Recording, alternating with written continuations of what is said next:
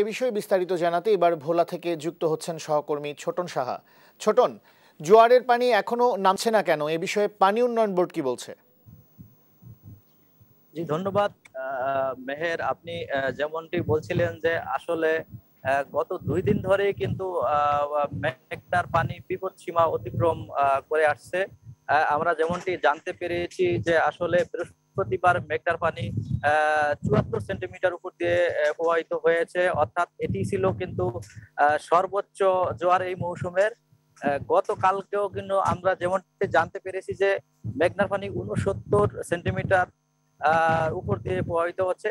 মেঘনার পানি বৃদ্ধির ফলে কিন্তু ভোলা সদরের রাজাপুর এবং ধনিয়া ইউনিয়ন সহ জেলার 20টি গ্রাম প্লাবিত হয়েছে।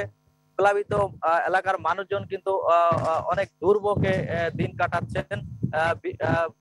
বন্যা দুর্গত এলাকায় কিন্তু খাদ্য এবং বিশুদ্ধ পানির সংকট দেখা দিয়েছে। পানিবন্দী এলাকায় অনেকটা মানবিক বিপর্যয় দেখা দিয়েছে। তো মেহের, আমি এখানকার একজন জনপ্রতিনিধির সাথে কথা বলবো, তার কাছে জানতে চাইবো আপনার বন্যা দুর্গত এলাকার বর্তমান কি অবস্থা। ভোলা সদরের রাজাপুর ইউনিয়নের 60টি গ্রামের মানুষ পানিবন্দী হয়ে রয়েছেন। তাদের দ্রুত, তারা পাকশাক করতে পারতেছে না, তাদের দ্রুত ত্রাণের প্রয়োজন। এবং আমি জোর দাবি জানাচ্ছি আপনাদের প্রিন্ট মিডিয়ার মাধ্যমে যে আমাদের এই এলাকা দ্রুত ত্রাণ সহায়তা করা হয়। ধন্যবাদ মেহের। আপনি যেমনটি শুনছিলেন যে আসলে এখানকার জনপ্রতিনিধিরাও কিন্তু দাবি তুলেছেন যে আসলে বন্যা দুর্গত এলাকায় এই মুহূর্তে যে সমস্যাটি তারা অনুভব করছে সেটি হচ্ছে যে খাদ্য এবং বিশুদ্ধ পানির সংকট দেখা দিয়েছে। কারণ হচ্ছে যে যখনই এই সমস্ত এলাকায় পানিতে প্লাবিত হয় তখন কিন্তু বেশিরভাগ পরিবারের কিন্তু রান্নার চুলো জ্বলে না। প্রতিদিন কিন্তু এই পানিটা উঠে।